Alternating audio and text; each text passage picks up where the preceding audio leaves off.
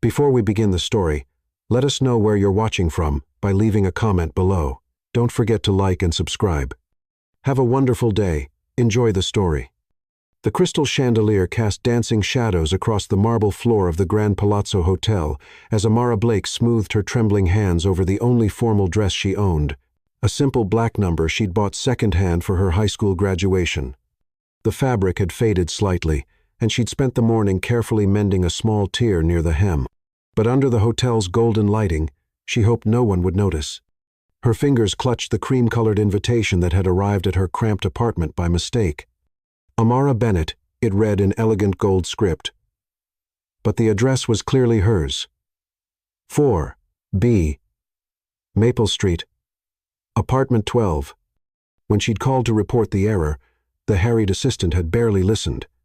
"Just come if you're on the list," the woman had said dismissively before hanging up. Amara had almost thrown the invitation away, but then she'd seen the cause, the Carter Foundation Scholarship Fund, and her heart had lurched. This was the same scholarship she'd been desperately applying for, the one that could save her medical school dreams, now that her mother's cancer treatment had drained every penny they had.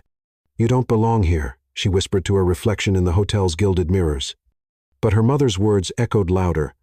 "Dreams don't come to those who wait for permission, baby girl. Sometimes you have to walk through doors that weren't meant for you." The ballroom doors opened with a soft whoosh, and Amara stepped into another world.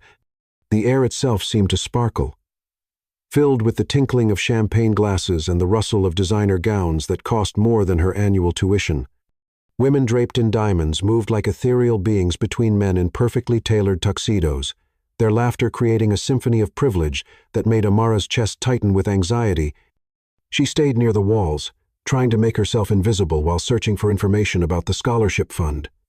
Her worn flats were silent against the polished marble as she approached the silent auction tables, her eyes widening at the astronomical starting bids. A weekend in the Hamptons, $10,000. A private dinner with a celebrity chef, $25,000. And there, at the far end, her heart nearly stopped. Full medical school scholarship, Carter Foundation, starting bid $50,000. $50,000 more money than her family had ever seen. Yet here it was, just the starting point for these people's casual charity. Amara's hands shook as she picked up the bidding paddle, knowing she had exactly $340 in her checking account, money she'd saved by skipping meals for the past month. "Excuse me." A sharp voice cut through her desperate calculations. Amara turned to see a woman who could have stepped from the pages of a fashion magazine. Platinum blonde hair and an elegant chignon, skin that had clearly never known financial stress, and a smile that didn't reach her ice-blue eyes. "I don't believe we've met. I'm Eleanor Whitestone." The name hit Amara like a physical blow. Eleanor Whitestone, heiress to the Whitestone media empire, socialite extraordinaire, and, according to the society pages, recently engaged to CEO James Caldwell. The woman's eyes traveled over Amara's modest dress with the precision of a stickler for a laser scanner, cataloging every imperfection. "I'm Amara," Amara managed, the lie catching in her throat. "Amara," Eleanor's smile sharpened. "Amara what, exactly?"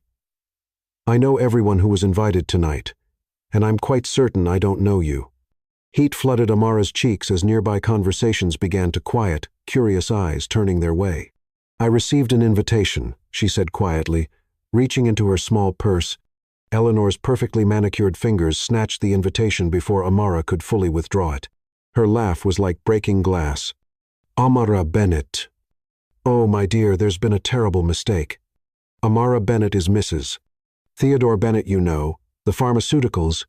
She's currently in Monaco, which is why she couldn't attend tonight." The words fell like hammer blows. Around them, a circle of glittering society members had formed, their faces showing the particular kind of cruel delight that came from witnessing someone else's humiliation. Amara felt the walls of the ballroom pressing in as whispers began to ripple through the crowd. "Security!" Eleanor called out, her voice carrying across the ballroom with practiced authority. "We seem to have a party crasher." "No, please," Amara whispered, her voice barely audible over the growing murmur of the crowd. "I just wanted to bid on the scholarship. I need my mother is sick, and I can't afford." "Oh, how tragic," Eleanor cooed with false sympathy. Asobi story. Did you really think you could just waltz in here with someone else's invitation and steal from charity? How perfectly desperate. Two security guards materialized as if from thin air, their black uniforms stark against the sea of evening wear. One of them, a mountain of a man with kind eyes that seemed apologetic, reached for Amara's arm. "Miss, I'm going to have to ask you to come with us," he said quietly, trying to preserve what dignity he could. But Eleanor wasn't finished. "Make sure everyone sees her," she announced to the room. "Let this be a lesson about what happens when people try to take what isn't theirs." Amara's vision blurred with tears of humiliation as the guards began to escort her toward the doors. Every step felt like a death march. Her dreams of medical school, of saving her mother, crumbled with each collective gasp and murmur from the crowd. She could hear them now, the whispered judgments, the casual cruelty of the privileged discussing her poverty like it was a character flaw. "Wait." The single word cut through the ballroom like a sword through silk. The security guard stopped so abruptly that Amara nearly stumbled. The entire room seemed to hold its breath as footsteps echoed across the marble floor. Confident, measured, belonging to someone accustomed to commanding attention without raising their voice. Amara couldn't bring herself to look up, couldn't bear to see another face filled with disgust or pity, but she felt a presence beside her, tall and solid, radiating a kind of quiet power that made the air itself seem to vibrate. "Stop." The voice was deep, refined, with an edge of steel that made even the security guard step back. "She's my wife."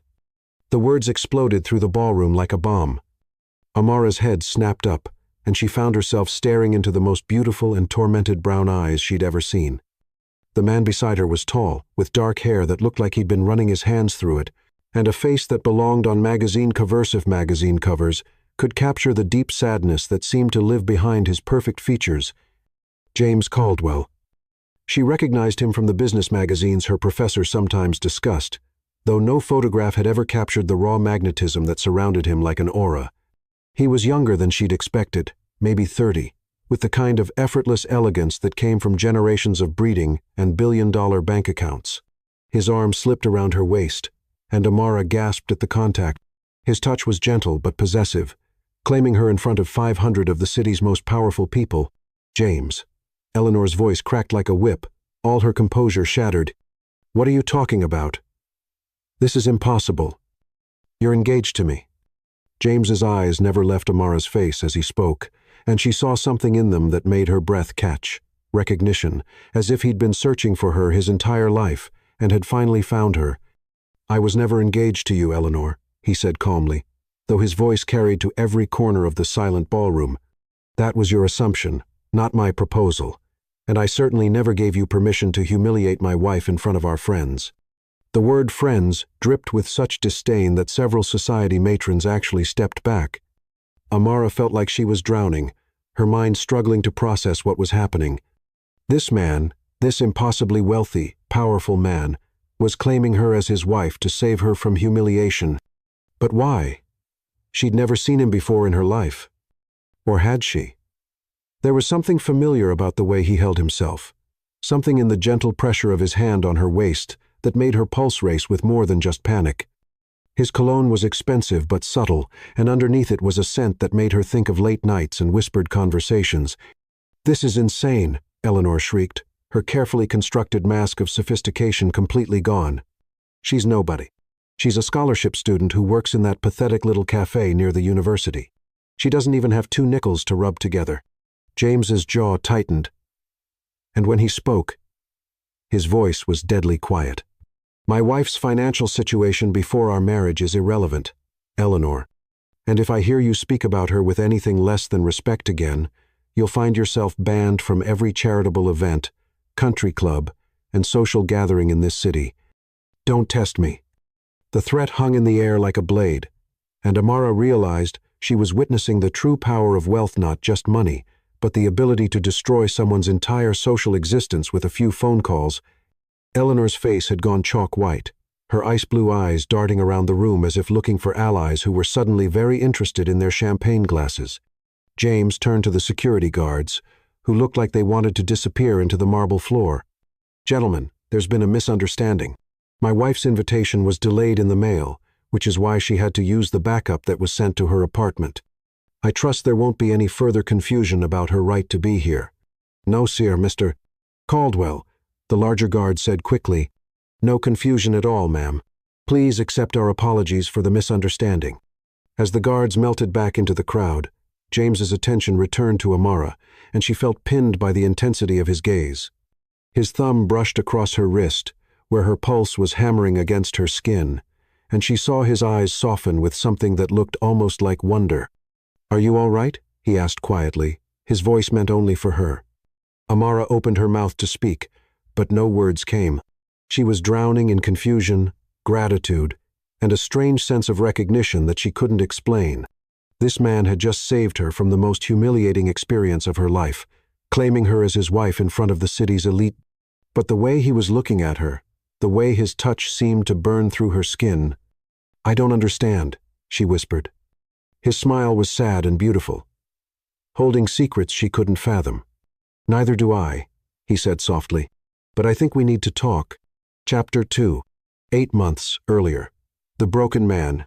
8 months before the gala, the rain hammered against the windows of James Caldwell's corner office on the 42nd floor, each drop striking the bulletproof glass like bullets against his composure. At 3 o'clock in the morning, the city below sparkled with cold indifference, beautiful and distant, much like the life he was supposed to want. His hands shook as he loosened his silk tie. The same hands that had signed billion-dollar deals without hesitation. The crystal tumbler on his mahogany desk held whiskey that had long since lost its power to numb the pain eating him alive. You're weak, James. His father's voice echoed from their earlier confrontation, sharp as broken glass. Your grandfather built this empire with blood and steel. Your great-grandfather fought wars to establish our name. And you hesitate to crush competitors because you're worried about their employees. Pathetic. The meeting had been about the Bennett Pharmaceuticals acquisition, a smaller company that Caldwell Industries could swallow whole, gaining their revolutionary cancer treatment patents while eliminating competition. It would make them billions and destroy thousands of jobs in the process. When James had suggested a merger instead, offering partnership rather than annihilation, his father's face had turned purple with rage. Either you develop a spine, or I'll find someone who already has one. Eleanor Whitestone has been more than patient, waiting for you to propose. Her father's media empire, combined with ours, would create unstoppable power. Marry her, crush Bennett, and prove you're worthy of the Caldwell name, or I'll disown you and give everything to your cousin Nathan. The ultimatum hung in the air like a death sentence. Marry Eleanor, cold, calculating Eleanor, who saw him as a business merger with benefits, destroy innocent companies and the families who depended on them, become the monster his father wanted him to be. Or lose everything he'd worked for his entire life. James stood up abruptly, his chair spinning away from the desk as he walked to the floor-to-ceiling windows. His reflection stared back at him, designer suit, perfect haircut, the face that graced magazine covers as one of the world's most eligible bachelors. But all he could see was emptiness, a hollow shell wearing expensive clothes. His phone buzzed with another text from Eleanor. Darling, Daddy says the engagement announcement is ready for tomorrow's edition. Just need your final approval. Can't wait to be Mrs. Caldwell. The heart emoji felt like a knife twist. Eleanor didn't love him. She loved his net worth and the power that came with his name. Just like everyone else in his orbit, she saw him as a stepping stone to greater wealth and influence. His mother's picture smiled at him from the corner of his desk, the only soft thing in the sterile office. She died when he was 12 cancer, taking her slowly and painfully while his father threw money at every experimental treatment available. In her final days, she'd made him promise to be kind, to use their wealth to help people, to never become hard like his father. James picked up the photo with trembling fingers. I'm sorry, Mom, he whispered. I don't know how to be what everyone needs me to be. The walls of the office felt like they were closing in, the air too thin, his chest too tight. Panic clawed at his throat as the weight of expectations, of impossible choices, of a life that felt like an elaborate prison crashed down on him all at once. He needed air. He needed to get out, to run, to disappear completely. Grabbing his keys, James fled his own building like it was on fire. The elevator ride down 42 floors felt eternal. each ding of the passing floors like a countdown to his breaking point. The security guard at the lobby desk looked surprised to see him leaving so late, but James barely registered the man's greeting. His Aston Martin roared to life, the engine's purr normally a source of satisfaction, but tonight just noise drowning out his racing thoughts. He drove without direction, letting muscle memory and streetlights guide him through the empty city until he found himself in a part of town he'd never visited. Modest apartments, small businesses, the kind of neighborhood where people lived real lives instead of performing for society pages. Most of the storefronts were dark, security gates pulled down over windows, but one glowed like a beacon in the darkness. Luna's 24-hour Cafe. The name was painted in cheerful yellow letters on the window, and warm light spilled onto the sidewalk like an invitation. James sat in his car for 10 minutes, engine running, staring at the small cafe like it might hold answers to questions he didn't know how to ask. Through the window, he could see movement, someone behind the counter, someone choosing to be here at 3 o'clock in the morning. Finally, he turned off the engine and walked inside. The bell above the door chimed softly, a sound so different from the electronic beeps and buzzes that defined his corporate world. The cafe was tiny, maybe 10 tables, mismatched chairs, walls covered with local artwork and community bulletin boards. It smelled like coffee and fresh bread and something indefinable that felt like home. "Welcome to Luna's." The voice was warm, genuine, with a slight musical quality that made James look up from studying his shoes. And that's when he saw her. She was behind the counter, probably early 20s, with dark hair pulled back in a messy ponytail and eyes that sparkled even under the fluorescent lighting. She wore a simple, uniform khaki pants and a polo shirt with the cafe logo but. She moved with unconscious grace, like she was dancing to music only she could hear. "I know it's late," she continued, wiping her hands on a dish towel, "but I make a mean grilled cheese sandwich if you're hungry. And the coffee's fresh. I just brewed a new pot." James realized he was staring and tried to compose himself, falling back on the polite but distant manner that had been drilled into him since childhood. "Just coffee, please. Black." Coming right up. She turned to the coffee machine, and James noticed textbooks scattered across the counter. Thick medical texts that looked well-worn and heavily highlighted. Anatomy, physiology, organic chemistry. This girl was pre-med. "Studying?" he asked, surprising himself by initiating conversation. She glanced over her shoulder, her smile brightening. "Always. Med school applications don't fill themselves out, and these books don't read themselves. Unfortunately." She poured coffee into a thick ceramic Mugril ceramic, not the paper cups he was used to. "I'm Amara, by the way." "Well, Amara, but everyone calls me Amara." "James," he said automatically, then caught himself. "Jamie. I'm Jamie." It wasn't entirely a lie.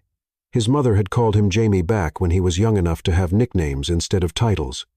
"Nice to meet you, Jamie," she said, setting the coffee in front of him, and their fingers brushed for just a second as he reached for the mug.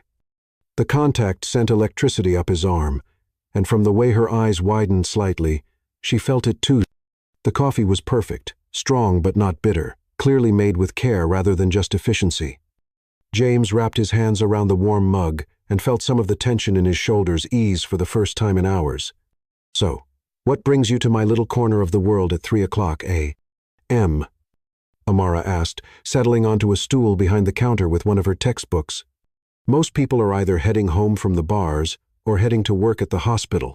"Couldn't sleep," James said, which was true enough. "Needed to think." "Ah, a thinker," she nodded sagely. "Those are the most dangerous kind of late-night customers. They either want to solve the world's problems or contemplate their place in the universe.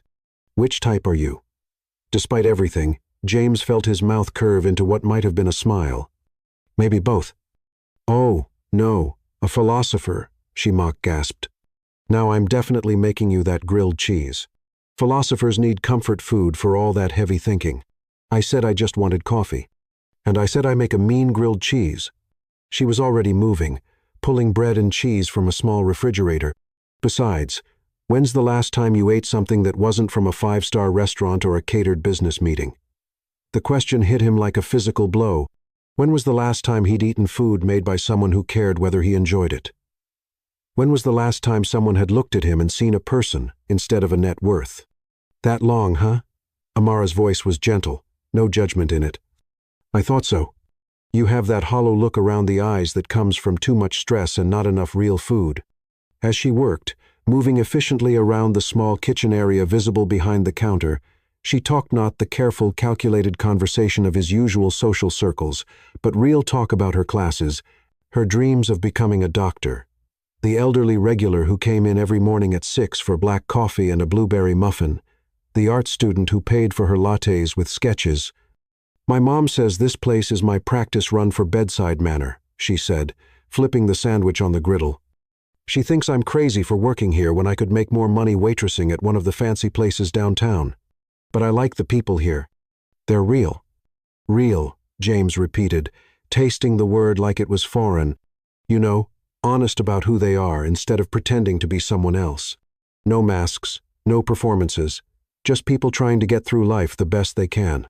She slid the sandwich across the counter to him, golden brown and perfect. Like you. You don't know me, he said quietly. Maybe not, she agreed, settling back on her stool. But I know you're running from something. I know you're in pain, and I know you're a good person trying to figure out how to do the right thing in an impossible situation. James stared at her. This girl who had known him for 20 minutes and somehow seen straight through to his soul. How could you possibly know that? Because you're here, she said simply. Bad people don't have 3 o'clock a.m. crisis moments in all-night cafes. They don't question their choices or worry about doing the right thing. They just do whatever benefits them and sleep soundly afterward. He took a bite of the sandwich, and it was perfect simple. Warm. Made with care. Real food made by real hands for a real person. When was the last time anyone had made him something just because they wanted to? Tell me about medical school, he said, desperate to change the subject away from his own pain. Her face lit up like sunrise. I want to specialize in oncology, cancer treatment. My mom, she paused, her smile dimming slightly. My mom is a cancer survivor. Breast cancer. Stage 3. We almost lost her when I was 17. The doctors and nurses who saved her life, they were like angels. I want to be that for other families. That's beautiful, James said, and meant it. It's expensive, she laughed, but there was worry behind it. Even with scholarships and financial aid, I'm looking at massive debt. But it'll be worth it. Saving lives, giving hope to families in their darkest moments. There's no price you can put on that. They talked until sunrise, her textbooks forgotten as they moved from topic to topic with the easy flow of old friends. She told him about her mother's flower shop, how she'd grown up arranging bouquets and learning that beauty could bloom anywhere if you tended it carefully. He found himself sharing memories of his mother, stories he hadn't told anyone in years. As the sun painted the windows gold, other customers began to trickle in, early shift workers grabbing coffee, students heading to morning classes. The spell of their private world began to break, and James felt panic return as he realized he had to go back to his life, his choices, his impossible situation. Same time tomorrow? Amara asked as he stood to leave, and there was something hopeful in her voice that made his chest tight. Maybe, he said, though they both knew he'd be back. He left money on the counter, far more than the coffee and sandwich cost, and walked out into the morning light, feeling like he'd been given a gift he didn't deserve. For the first time in months, James Caldwell had somewhere to go that felt like home. Chapter 3. The Cafe Angel. 7 months before the gala, James told himself he wouldn't return. For 3 days, he buried himself in work with desperate intensity, staying late, taking endless meetings, anything to avoid the quiet moments when he could think about warm brown eyes and a voice that had made him feel genuinely human. But every night at 2:47 a.m., he found himself staring at his office ceiling, thinking about a small cafe where someone had seen him as Jamie instead of James Caldwell, where real conversation happened over imperfect coffee served in chipped ceramic mugs. On the 4th night, he surrendered to the inevitable and drove back to Luna's. The bell chimed his arrival, and Amara looked up from her textbook with a smile that lit up the entire room. Well, well, look what the insomnia dragged in. Couldn't sleep again, he said, settling onto the same stool as before. Like it had been reserved for him. She was already moving toward the coffee machine. And I suppose you just happened to drive 30 minutes across town to my specific cafe because it was convenient. Heat crept up his neck. Maybe I like the coffee. Jamie, she said, turning to face him with dancing eyes. My coffee comes from a $5 bag I buy at the wholesale store. It's good. But it's not, drive across town at 3 o'clock a lober for. Good. Then maybe I like the company. The words slipped out before he could stop them, honest and raw, and completely unlike the careful responses he'd been trained to give. Amara's smile softened into something warmer, more intimate. Maybe I like the company too, she said quietly, setting his coffee down with both hands so their fingers could brush again. That became their routine. Every few nights, James would show up between 2:30 and 3 o'clock a.m., and Amara would have coffee ready, often with whatever late-night creation she'd been experimenting with in the kitchen. Some nights it was soup made from whatever vegetables were about to expire. Other nights it was cookies she'd baked during the dinner, rush lull. You don't have to feed me, he protested on his 6th visit, but she just waved him off. Humor me. I'm practicing for when I'm a doctor and have to convince patients to take care of themselves. She set a bowl of what looked like the most delicious chili he'd ever seen in front of him. Besides, you're too skinny'll sharp edges and stress. A good meal might round out some of those corners. The chili was incredible complex, warming, obviously made with love instead of just ingredients. Where did you learn to cook like this? My mom. Amara's face lit up the way it always did when she talked about her mother. She says, good food is just love made edible. After her diagnosis, I started cooking more to help take care of her. Turns out I have a talent for it. Your mother's lucky to have you. I'm lucky to have her. Amara's smile dimmed slightly. The treatments are going well, but they're expensive. Even with insurance, the co-pays and medications. Well, let's just say medical school is looking more challenging financially than I'd hoped. James's jaw tightened. He could solve her money problems with a single phone call, could pay for her mother's entire treatment and her medical school tuition without even noticing the expense. But he knew instinctively that offering would ruin whatever was growing between them. Amara had pride, dignity, strength that came from facing challenges head-on rather than having them magically disappear. Instead, he asked about her mother's treatment, listened as she talked about the doctors and nurses who had become like family, the way her mother insisted on keeping the flower shop open even during chemo because beauty doesn't wait for convenient timing. She sounds amazing, James said, and meant it. She is. She'd like you. Would she? She has a thing for strays. Amara's eyes twinkled with mischief. Broken-winged birds, scraggly cats, lost-looking men who show up at her daughter's cafe in the middle of the night. I'm not lost, James protested weakly. No? She tilted her head, studying him with the intensity she usually reserved for her textbooks. Then what are you? The question hung between them like a challenge. James stared into his coffee, watching steam curl up like smoke signals he didn't know how to read. Trapped, he said finally, the word barely audible. By what? Expectations. Family.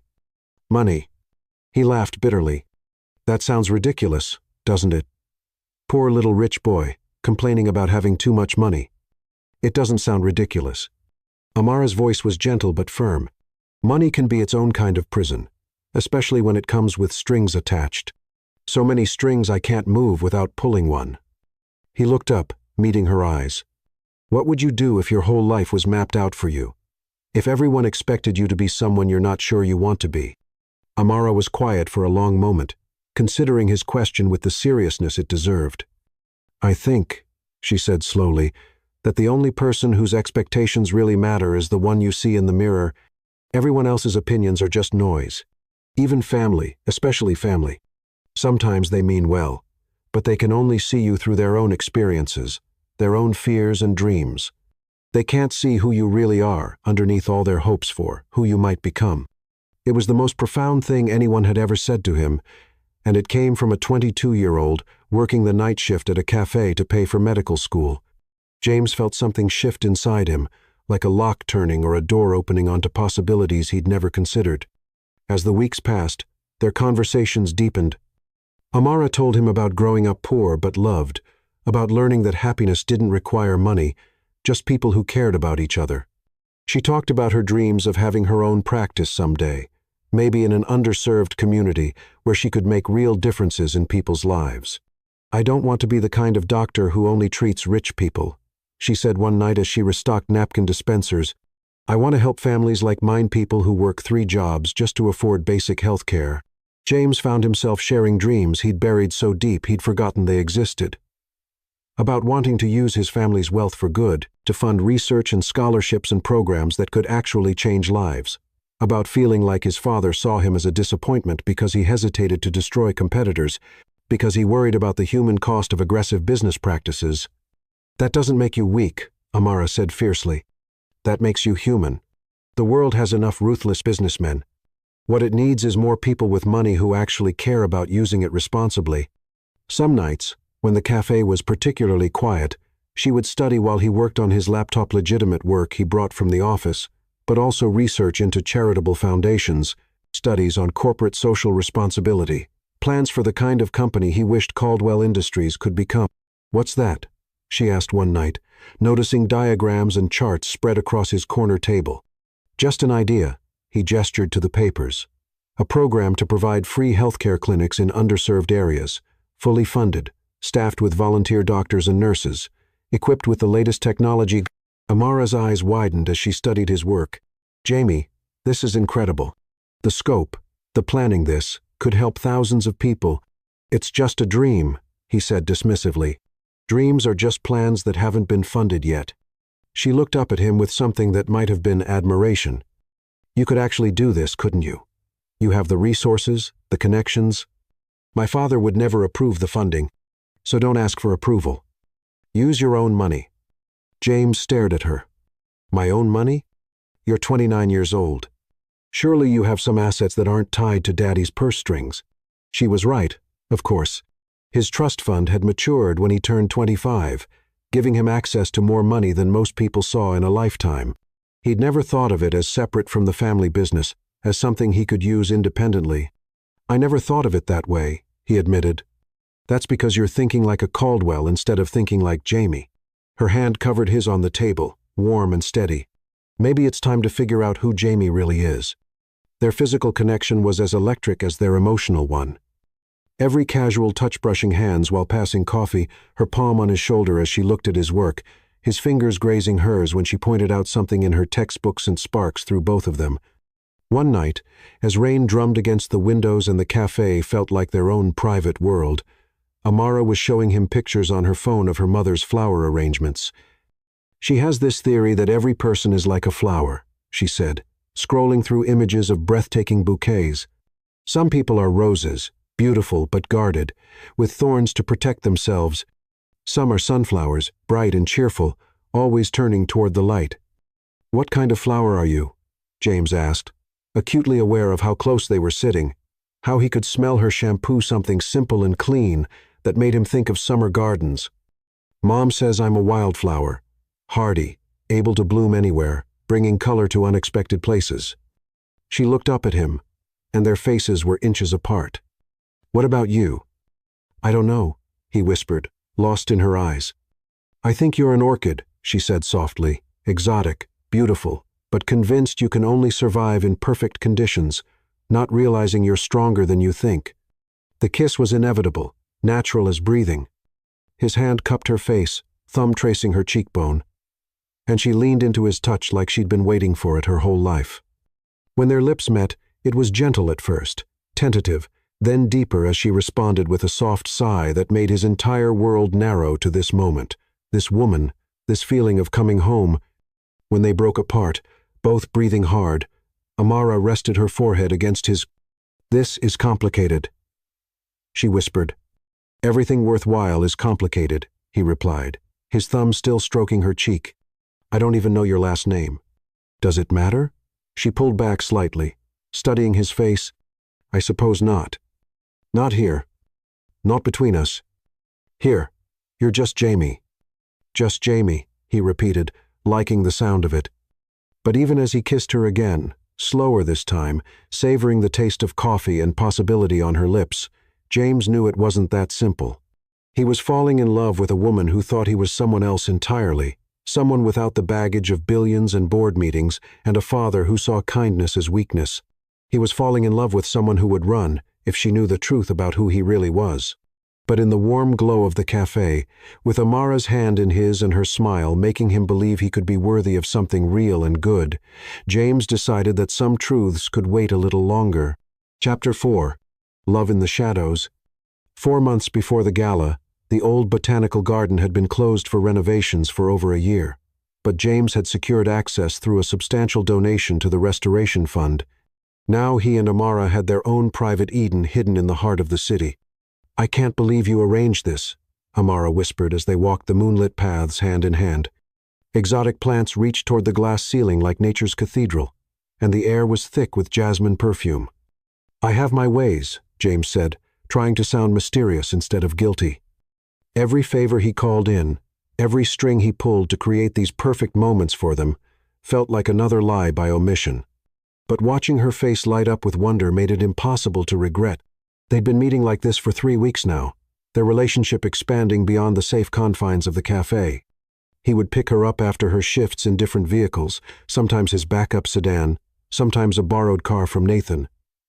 His assistant anything to avoid the attention that came with his usual Aston Martin. "Tell me about this one," Amara said, stopping before a cluster of orchids that seemed to glow in the moonlight. "Phalaenopsis Aphrodite," James replied automatically, then caught her surprised look. "I may have done some research after you called me an orchid." Her smile was radiant. "And what did you discover?" "That they're not as fragile as people think. They can adapt to different environments. They bloom for months at a time." He stepped closer, brushing a strand of hair from her face. "And they're most beautiful when they're not trying to be perfect." "Jamie," she breathed, and the way she said his name, like it was sacred, like it meant everything, made his chest tight with emotions. He didn't have words for it. Their second kiss happened there, among the orchids, deeper and more desperate than their first. Her hands fisted in his shirt, pulling him closer, and he backed her gently against the glass wall, caging her in his arms while being careful not to trap her. She tasted like the mint tea she'd been drinking, and promises he was terrified to make. When they broke apart, both breathing hard, Amara's eyes were dark with desire and something deeper that made his pulse race. "Take me somewhere," she whispered against his lips. "Where?" "Anywhere. Everywhere. Show me your city, Jamie." So I did. Over the following weeks, James showed Amara a version of the city that existed only for them. Hidden rooftop gardens where they could see the lights spread out like fallen stars, all-night diners in neighborhoods he'd never visited before her, where she taught him that the best conversations happened over mediocre coffee and excellent pie, jazz clubs tucked into basements where they could dance without anyone knowing or caring who they were. "You're different when we're out here," Amara observed one night as they swayed together to music drifting from a street musician's saxophone. The alley behind the club was hardly romantic brick walls and fire escapes. The distant sound of traffic butt in James's arms. She looked like she was dancing in a ballroom. "Different how?" he asked, spinning her gently before pulling her back against his chest. "More yourself, less guarded." Her hand traced patterns on his shoulder through his shirt. "In the cafe, you're Jamie trying to be normal. Out here, you're just Jamie." If only she knew how hard he was working to be just Jamie, how many parts of his real life he had to actively hide to maintain the illusion. His phone was constantly buzzing with calls from his father, texts from Eleanor, urgent emails about board meetings and acquisition deals and society events he was expected to attend. Most of those texts he ignored, letting Nathan handle the excuses and explanations. But some couldn't be avoided, like the night he'd had to cut their botanical garden visit short for an emergency family dinner that turned out to be his father pressuring him once again about the Eleanor situation. "She's getting impatient." James, William Caldwell had said over brandy in his study, the same room where James had been lectured about responsibility and duty since childhood. "Her father is questioning whether you're serious about this alliance. They're starting to look at other options." "Maybe they should," James had replied, which earned him a sharp look that could have cut glass. "This isn't a game, son. This is about the future of our family, our company, our legacy. Stop acting like a lovesick teenager and start thinking like a Caldwell." But that was exactly the problem. When he was with Amara, he didn't want to think like a Caldwell. He wanted to think like Jamie, someone who could choose love over duty, happiness over obligation, truth over the careful facades that kept his family's empire intact. The contradiction was tearing him apart, especially on nights like this one, when Amara had invited him to her apartment for the first time. "It's not much," she said, unlocking the door to a tiny studio that could have fit in his walk-in closet 3 times over. But the space was warm and alive with her personality. Fairy lights strung around the windows, plants crowding every available surface, photographs of her and her mother covering one entire wall. "It's perfect," James said, and meant it. The apartment felt more like home than his penthouse ever had. "Mom's at her book club tonight," Amara said, hanging up her jacket. "She usually stays pretty late." They get into these heated debates about character motivations and forget what time it is. The implication hung in the air between them, electric and terrifying and wonderful. They'd been dancing around this moment for weeks, their kisses growing more passionate, their touches more intimate, but always with the understanding that they were taking things slow. "Amara," he said softly, and she turned to face him, her cheeks flushed but her eyes steady. "I know we haven't talked about this," she said, gesturing vaguely between them, "but I need you to know that I don't do casual. I don't bring men home just to—" "Neither do I," he interrupted, then caught himself. "I mean, I don't do casual either. Not with you. Never with you." She stepped closer, close enough that he could see the flecks of gold in her brown eyes. "What do you do with me, Jamie?" The question was loaded with meaning, with possibility, with trust that made his throat tight. "I fall in love with you," he said honestly. "Every day, a little more, until I can't remember what my life was like before you." Her smile was radiant and heartbreaking all at once. "Good," she whispered, rising on her toes to kiss him, "because I'm falling too, and it's terrifying and wonderful, and I don't want it to stop." This kiss was different from all the other Shungrier, more desperate, full of promises and permissions, and the sweet relief of finally saying what they'd both been feeling. Her hands tangled in his hair, and he lifted her easily, her legs wrapping around his waist as he carried her the few steps to her bed. They made love slowly, carefully, like they were learning a new language together. Every touch was a question, every gasp an answer, every whispered endearment, a truth that felt too precious for the ordinary world. Afterward, lying tangled in her sheets with city lights painting patterns on her skin, James felt something settle in his chest that he'd never experienced before. Peace, rightness, home. "I love you," he whispered against her hair, the words slipping out before he could stop them. She lifted her head to look at him, her eyes soft and luminous in the darkness. "I love you too," she whispered back and sealed it with a kiss that tasted like forever. That should have been their perfect moment, their happy ending to a perfect evening. But happiness, James was learning, was fragile, especially when it was built on foundations of half-truths and hidden identities. The shattering came 2 weeks later, on what should have been another perfect night.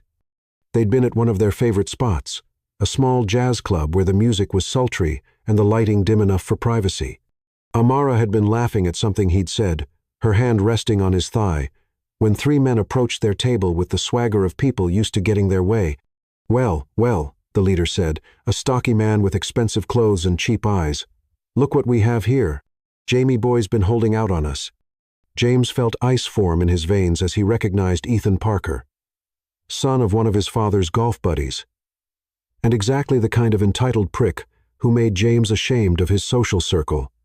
"Parker," he said carefully, his arm automatically moving to shield Amara. "I think you have me confused with someone else." "Oh, I don't think so."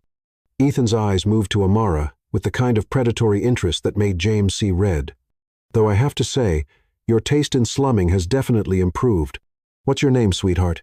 "None of your business," Amara said coolly, but James could feel the tension in her body, the way she was instinctively leaning closer to him for protection.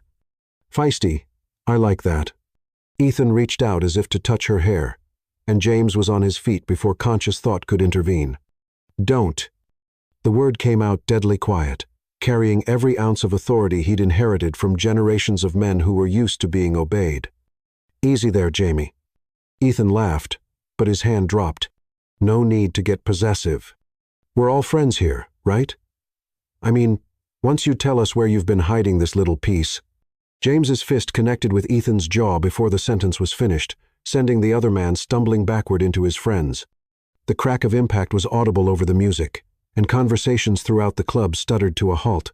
"Jamie," Amara gasped, reaching for him, but he was already stepping forward, placing himself fully between her and the three men. "You want to try that again?" he asked conversationally, rolling his shoulders like a fighter warming up. Ethan was holding his jaw, his eyes watering with pain and shock. "You crazy bastard. Do you have any idea who I am?" "I know exactly who you are," James replied, his voice carrying the kind of cold authority that had been bred into him. "The question is, do you know who I am?" Something in his tone, in the way he held himself, finally penetrated Ethan's alcohol-fogged brain. His eyes widened slightly as he really looked at James for the first time, taking in details he'd missed before: the expensive cut of his clothes, the unconscious arrogance of old money, the way other people in the club were starting to stare with recognition. "Holy shit," one of Ethan's friends whispered. "That's James Caldwell." The name hung in the air like a bomb waiting to explode.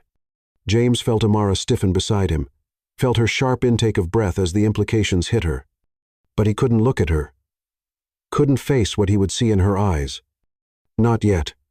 "Mr. Caldwell," Ethan said carefully, his entire demeanor changing. "I didn't realize. I mean, we didn't know you were." "Get out," James said quietly. "Before I decide to make this a lesson you won't forget." They left quickly, Ethan still holding his jaw, his friends supporting him as they stumbled toward the exit. The club slowly returned to normal, conversations resuming, but James could feel the weight of stares, the whispered recognition spreading through the room like wildfire. Finally, inevitably, he turned to face Amara. She was standing frozen beside their table, her face pale in the dim lighting, her eyes wide with shock and something that looked like betrayal. "James Caldwell," she said softly, testing the name like it might burn her tongue. "Amara, let me explain." "James Caldwell," she repeated, louder this time, as in Caldwell Industries, as in billion-dollar empire, as in one of the richest families in the country. "Yes, but you lied to me." Her voice was barely a whisper, but it cut through him like a blade. "This whole time, you've been lying to me." "I never lied," he said desperately. I didn't tell you everything. You let me call you Jamie. You let me think you were just a regular guy with insomnia and family problems. You let me cook for you, worry about you, fall in love with you while you were." She gestured helplessly, as if words could capture the magnitude of his deception. "While I was falling in love with you too," he finished urgently. "Amara, please, just let me explain. My feelings for you, everything between us that was all real." But she was already backing away, grabbing her purse, her eyes bright with unshed tears. "I need to go." "Amara, wait. Don't." She held up a hand to stop him. "Just don't. I can't think when you're looking at me like that."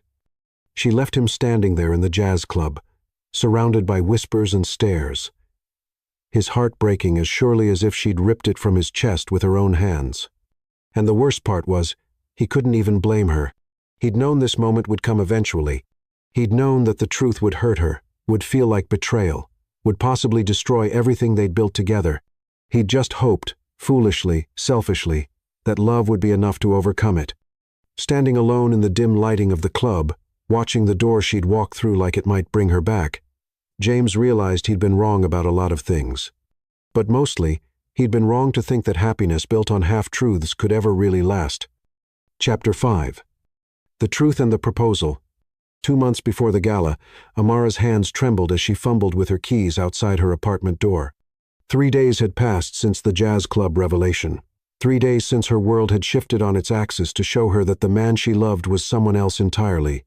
James Caldwell, billionaire, heir to an empire so vast, she couldn't comprehend its scope. She'd called in sick to work for 2 days, unable to face the possibility of him appearing at the cafe, unable to pretend normalcy when nothing would ever be normal again. But hiding was making her mother suspicious. And Amara couldn't bear explaining that she'd been foolish enough to love a man who'd been lying from their first meeting. The key finally turned, and she pushed open the door to find her mother collapsed on the kitchen floor. Mom! Amara's scream echoed off the walls as she dropped to her knees beside Clara Blake's unconscious form. Her mother's face was gray, her breathing shallow and rapid, a sheen of sweat covering her forehead despite the cool temperature of the apartment.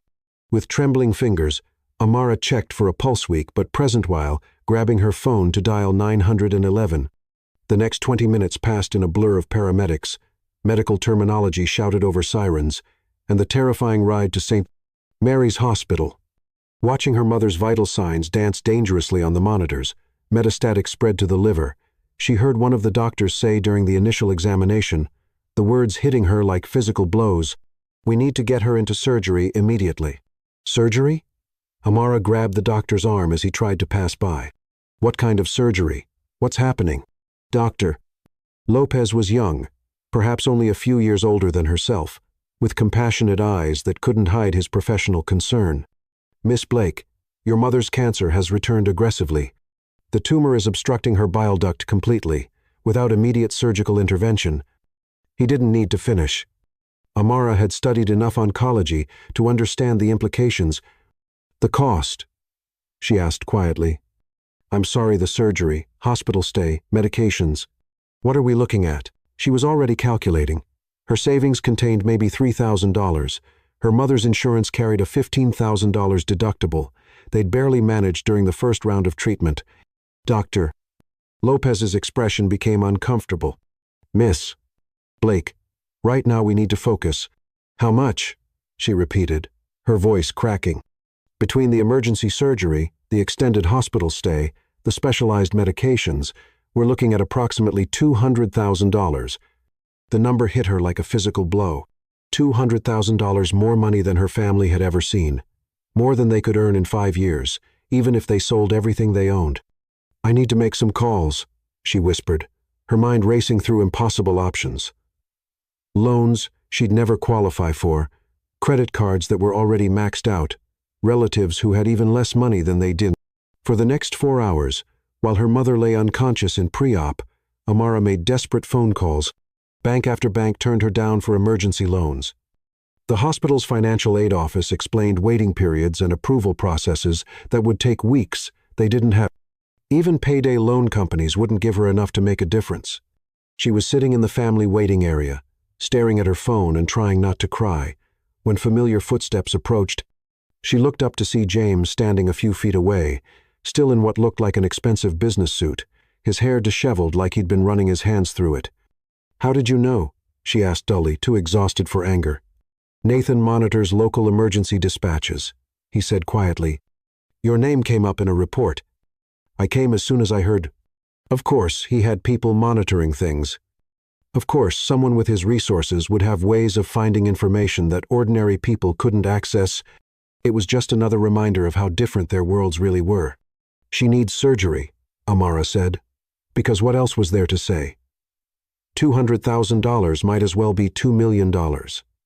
James was quiet for a long moment, and when she looked up at him, his face was full of pain that looked genuine.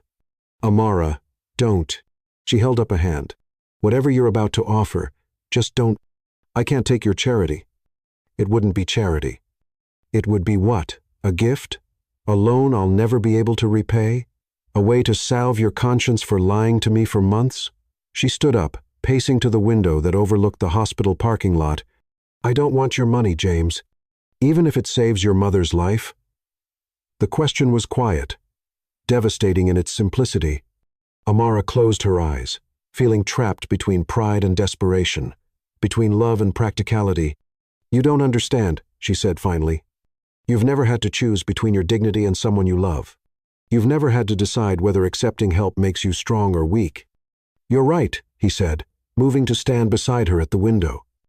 I don't understand that choice, but I understand loving someone so much that you'd do anything to save them. And I understand that pride is a luxury you can't afford right now. She could feel the warmth of his body next to hers, could smell the familiar scent of his cologne mixed with something that was purely him. Despite everything, the lies, the betrayal, the massive gulf between their world-sure body still responded to his presence like a flower turning toward the sun. If I let you do this, she whispered, what does that make me? It makes you a daughter who loves her mother more than she hates accepting help. His reflection looked back at her from the window glass, his eyes intense even in the mirror image. Amara, I have more money than I could spend in 10 lifetimes. $200,000 is nothing to me, less than nothing. Please don't let your mother die because you're too proud to let me help. The words were harsh, but they were also true. She was being selfish, choosing her own feelings over her mother's life. But the thought of being indebted to him, of knowing that she owed him everything that mattered most. Miss Blake, Dr. Lopez appeared in the doorway, his expression urgent. We need to take your mother into surgery now, but we need authorization and payment information before we can proceed. Amara felt the walls closing in, time running out, options disappearing. She looked at the doctor, then at James, then back at the window, where her own reflection stared back with desperation clear in every line of her face. Do it, she whispered. James was already moving, pulling out his phone, speaking in the kind of calm, authoritative tone that got things done without question. Dr. Lopez, this is James Caldwell. I'll be handling all expenses related to Mrs. Clara Blake's treatment.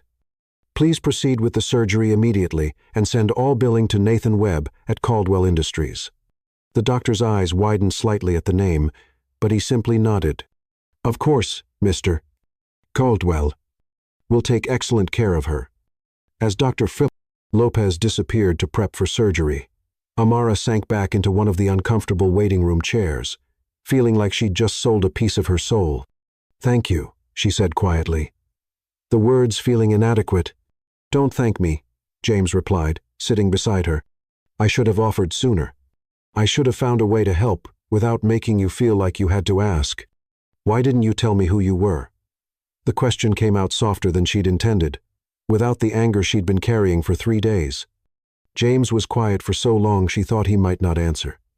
When he finally spoke, his voice was barely audible above the hospital's ambient noise. Because I was terrified, you'd look at me the way everyone else does. Like I'm a bank account with legs. A solution to problems instead of a person. He turned to face her, and she was shocked to see tears in his eyes.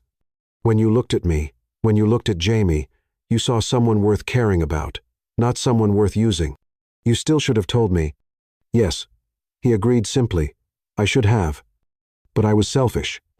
I wanted to keep being Jamie for as long as possible, because Jamie got to be happy. James Caldwell doesn't get to be happy. He gets to be useful. Amara studied his face, seeing exhaustion and pain that went deeper than their situation. Is that really how you see yourself, as just useful? It's how everyone else sees me. My father, Eleanor, the board of directors, society, they all want something from James Caldwell. Money, connections, status, power. He reached out tentatively, and when she didn't pull away, his fingers traced the back of her hand. But you wanted Jamie to eat something other than takeout. You wanted to know what made him sad, what made him laugh. You wanted to take care of him. Because I loved him, she said softly. Do you think you could ever love James? The question hung between them like a bridge she was terrified to cross. I don't know, James, she said finally. All I know is what I read in business magazines. Ruthless, successful, cold. Those articles are about the man my father wants me to be. But Jamie is who I am when I'm not trying to live up to impossible expectations. His hand covered hers completely now, warm and steady. I know I lied to you about my name, my money, my family, but I never lied about my feelings. Every moment we shared, every conversation, every touch that was all real. Amara felt tears sliding down her cheeks without her permission. The past 3 days of anger and betrayal were warring with 3 months of love and connection, creating an emotional storm that left her feeling raw and confused. I don't know how to navigate this, she admitted. Your world and mine, they're not compatible. Maybe we could create our own world, he said quietly. Before she could respond, Dr. Lopez reappeared, still in surgical scrubs but with a smile that made Amara's knees weak with relief. The surgery was successful, he announced. We were able to remove the tumor and clear the blockage. Mrs. Blake is stable and responding well to treatment. Amara burst into tears relief, gratitude, exhaustion, and overwhelming emotion pouring out all at once. Without thinking, she turned into James's arms, letting him hold her while she sobbed against his chest. His hand stroked her hair, his voice murmuring gentle reassurances, and for a moment, she let herself pretend that everything was simple again. "She'll need follow-up treatments, Doc." Lopez continued gently. "Chemotherapy, radiation, regular monitoring. It's going to be a long road, but the prognosis is much better now. More treatments, more money, more debt to James Caldwell that she could never hope to repay." Amara pulled back from his embrace, wiping her eyes. "How much?" she asked the doctor. "Miss Blake," James interrupted. "All of it, all her treatments, medications, follow-up care, everything, is covered." "James, I can't." "Yes, you can." His voice was firm but gentle. "And you will, because your mother deserves the best care available, and because I love you too much to watch you destroy yourself trying to pay for something I can handle without blinking." The words hit her like lightning. "I love you." "Can I see her?" she asked Dr. Lopez, needing space to think, to process everything that had just happened. "Of course. She's in recovery room 3, still sedated, but her vital signs are excellent." Amara found her mother exactly as promised, sleeping peacefully, color already returning to her cheeks, monitors beeping in steady, reassuring rhythms. She looked smaller in the hospital bed, more fragile than Amara was used to seeing her, but alive beautifully, wonderfully alive. She was sitting beside the bed, holding her mother's hand, when James appeared in the doorway. "Is it okay if I come in?" he asked quietly. Amara nodded, and he approached slowly, like he was entering a sacred space. When he saw Clara, his expression softened. "She looks like you," he said. "Everyone says I look like her." Amara smoothed her mother's hair back from her forehead. "She's the strongest person I know. She raised me by herself, built her business from nothing, survived cancer the first time through sheer determination. She raised an incredible daughter." They sat in comfortable silence for a while, watching Clara sleep, listening to the steady rhythm of machines that meant she was going to be okay. Finally, James spoke again. "Amara, I know you're angry with me. I know you feel like I betrayed your trust, and you have every right to those feelings, but I need you to know something." He paused, seeming to gather courage. "I've never felt for anyone what I feel for you. You make me want to be better than I am, kinder than I was raised to be. You make me believe that maybe I don't have to be the man my father wants me to be." "James, let me finish, please." He reached into his jacket pocket and pulled out a small velvet box that made Amara's breath catch. "I know this is terrible timing. I know you're confused and hurt and probably thinking I'm crazy. But watching your mother almost die tonight, seeing how fragile life is, how quickly everything can change." He opened the box to reveal the most beautiful ring she'd ever seen, a vintage design with a center diamond surrounded by smaller stones, elegant and timeless. "This was my grandmother's ring. She gave it to me before she died and made me promise to only give it to someone who loved me for who I really am, not what I have." Amara stared at the ring, her heart pounding so hard she was sure he could hear it. "I know I haven't earned the right to ask this," James continued, his voice shaking slightly. "I know I should have been honest from the beginning. But Amara, I love you, not the idea of you, not what you represent, but you. Your strength, your compassion, your terrible cooking, the way you sing off key when you think no one is listening, the way you see good in people even when they don't deserve it. James, I'm not asking you to forget that I lied. I'm asking you to forgive me. I'm asking you to let me spend the rest of my life proving that you matter more to me than money, than family expectations, than anything else in this world." He slid off the chair to kneel beside her, holding the ring box like an offering. "Marry me, Amara. Not James Caldwell, not the billionaire, not the heir to anything. Marry Jamie, the man who falls asleep reading medical journals because he loves listening to you talk about your dreams, the man who would give up everything if it meant getting to keep you." Amara looked at him kneeling beside her mother's hospital bed, this man who had saved her mother's life, who claimed to love her enough to give up his fortune, who was offering her a ring that represented generations of family history. "If I say yes," she whispered, "what happens then? Do we pretend we're from the same world? Do I learn to play the society wife? Do you slum it in my neighborhood? If you say yes, we figure it out together." His eyes were bright with unshed tears. We make our own rules, create our own normal. Maybe I disappoint my father, and maybe you have to deal with people who think you're a gold digger. But we face all of it together. Clara stirred slightly in her sleep, her fingers tightening around Amara's hand, as if even unconscious, she knew her daughter needed reassurance. She'd like you, Amara said quietly, looking down at her mother. Would she? She always told me to marry for love, not security. Said she'd rather see me happy and poor than miserable and rich. Amara looked back at James, this man who had turned her world upside down and then saved the person who mattered most to her. But what if love isn't enough? What if the differences between us are too big to overcome? Then we'll fail trying, he said simply. But Amara, what if love is enough? What if it's the only thing that really matters? Looking into his eyes, seeing the hope and fear and desperate love there, Amara realized she'd already made her choice. Maybe she'd made it 3 months ago in a late-night cafe. Or maybe she'd made it tonight, when he'd saved her mother without asking for anything in return. Maybe she'd made it the moment she realized that losing him hurt more than being angry with him. Ask me again, she said softly. What? Ask me again. The right way, with my real name. James's smile was radiant, transformative, the kind of smile that could power entire cities. Amara Blake, he said, his voice strong and sure. Will you marry me? Yes, she whispered, and the word felt like jumping off a cliff and growing wings at the same time. Yes, James Caldwell, I'll marry you. The ring slipped onto her finger like it had been made for her, the weight of it both foreign and perfect.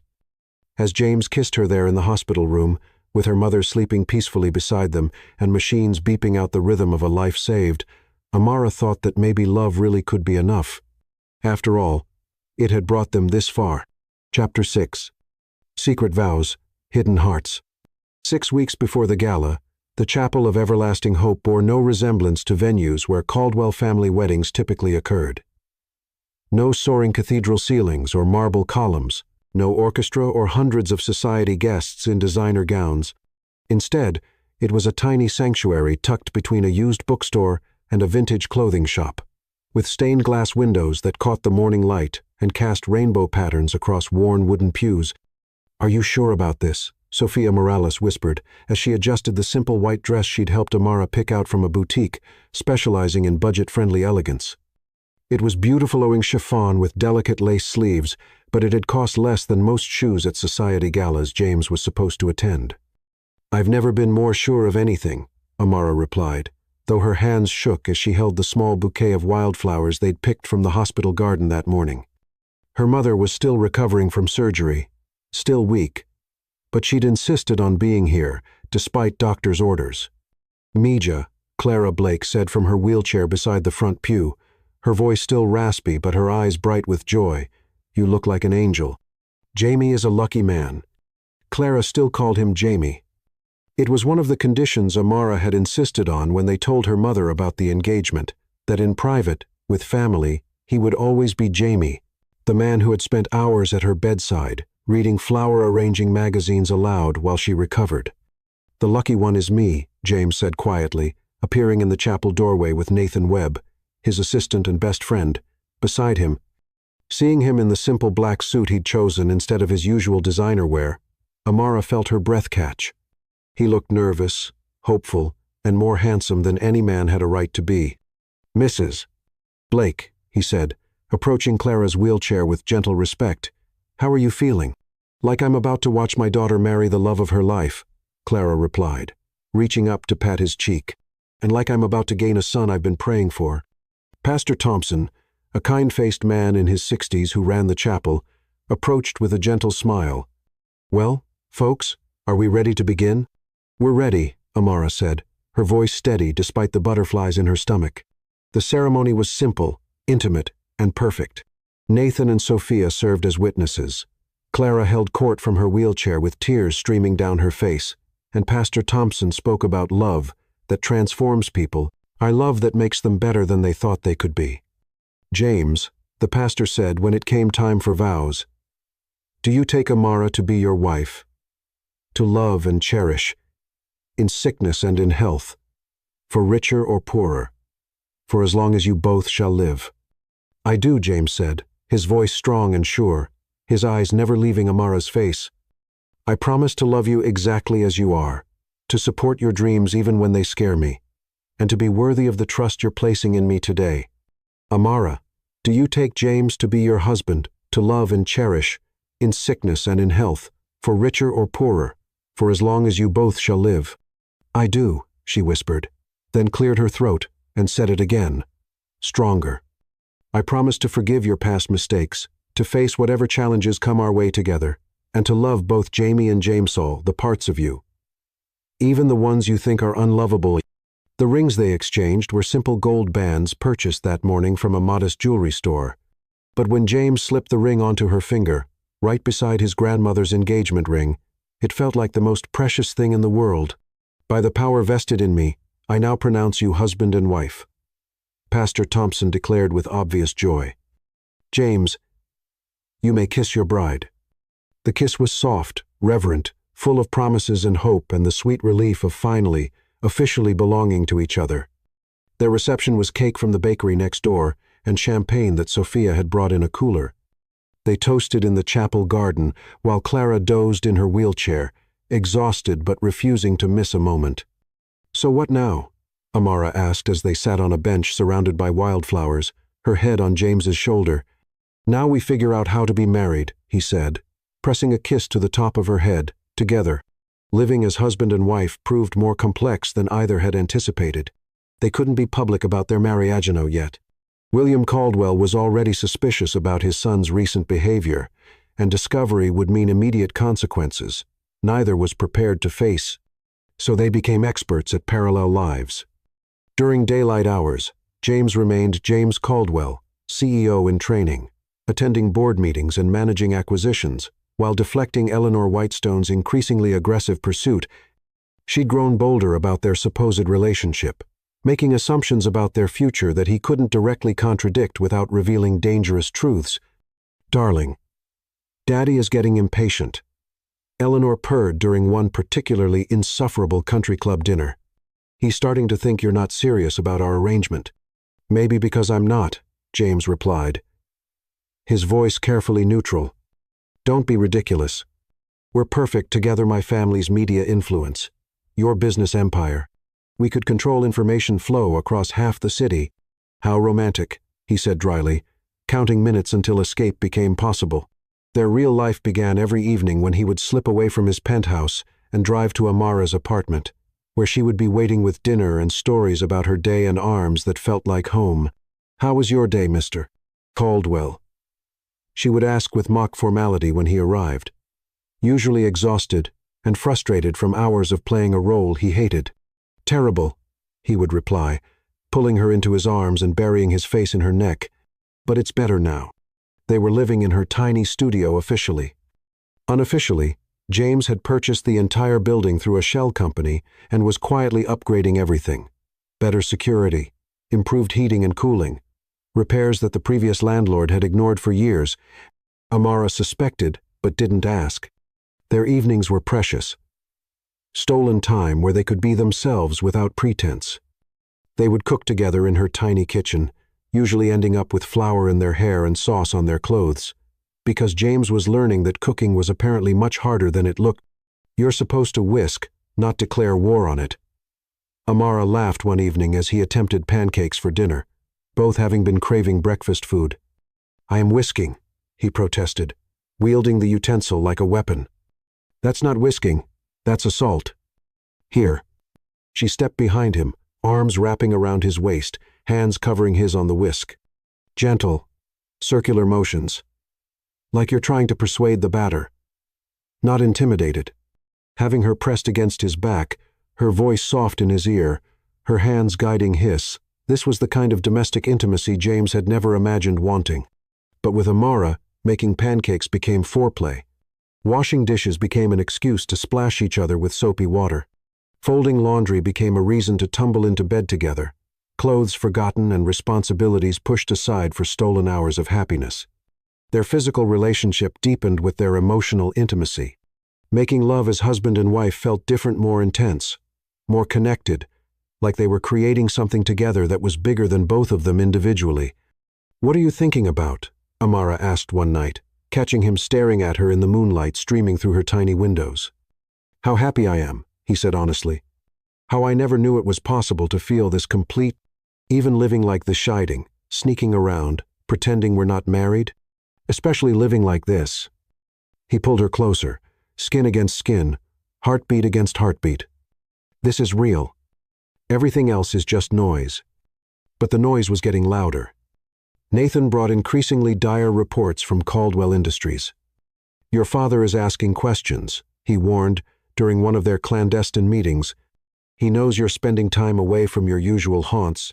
Eleanor's been complaining that you're being distant. And there are rumors." "What kind of rumors?"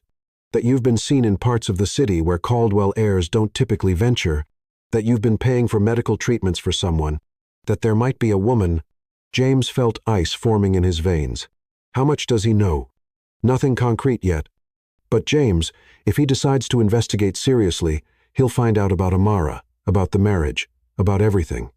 Then we need to be more careful. Or you could tell him yourself, control the narrative. And watch him destroy her? James laughed bitterly. You know what he's capable of when he feels threatened. So they continued their double life, stealing moments of happiness between the demands of two very different worlds. Amara threw herself into her studies with renewed determination, knowing that her medical degree was more important than ever. "I need to be successful in my own right," she explained one evening as she struggled through organic chemistry homework. "If people are going to call me a gold digger, I want them to know they're wrong." "You don't have to prove anything to anyone," James said, massaging her shoulders as she worked. "I have to prove it to myself." They made plans for their future during those quiet evenings. The foundation they would start together, the ways they could use his resources and her medical knowledge to help families like hers, the house they would buy someday, with a garden for Clara and enough space for children they both wanted. 5 bedrooms, Amara said one night, as they lay in her single bed, barely large enough for both of them, but somehow perfect because it meant they had to stay close all night. 5? How many children are you planning? James teased. 2 or 3 for us. 1 for Mom when she gets older. And 1 for guests. I want the kind of house where people feel welcome, where family knows they always have a place to come home to. It sounds perfect, he said, and meant it. These conversations felt like prayers, like promises they were making to a future that seemed both inevitable and impossible. Because despite their love, despite their marriage, despite the ring on her finger and the hope in their hearts, they both knew that their secret couldn't last forever. Something would have to give. Eventually, someone would discover the truth. And when that happened, they would face the ultimate test of whether love really could conquer the vast differences between their worlds. But for now, in the safety of stolen evenings and whispered promises, they chose to believe that it could. Love would have to be enough. It was all they had. Chapter 7. The Enemy Strikes. 4 weeks before the gala, Eleanor Whitestone had built her reputation on getting what she wanted. At 26, she had Delilah Stone never been denied anything that money, influence, or sheer determination could secure. Designer gowns, exotic vacations, invitations to the most exclusive events all came as naturally as breathing. But James Caldwell was proving frustratingly elusive, and Eleanor did not tolerate being thwarted. He's hiding something significant, she told Victor Kane, her private investigator, as they met in her father's media empire offices overlooking the city. The view from the 40th floor was spectacular, but Eleanor had no interest in scenery. She wanted information. Victor Kane was expensive, discreet, and exceptionally skilled at uncovering secrets that people preferred buried. He'd built his reputation servicing the city's elite, confirming affairs before prenups were signed, locating blackmail material for hostile takeovers, ensuring that family scandals stayed buried beneath layers of money and influence. Mr. Caldwell has definitely altered his patterns over the past few months, Kane confirmed, sliding a folder across the glass conference table. Different locations, unusual timing, cash transactions where he typically uses credit. Eleanor opened the folder to find photographs that made her blood pressure spike. James leaving a modest apartment building. James entering a small cafe in a neighborhood she wouldn't be caught dead in. James sitting in what looked like a hospital waiting room, his usually perfect hair disheveled, his expensive suit rumpled. "Who lives in that building?" she demanded, pointing to the clearest photograph. "I'm still working on that." The building was recently purchased by a shell company, but I'm tracing the ownership. However, I did discover something interesting about his recent financial activity.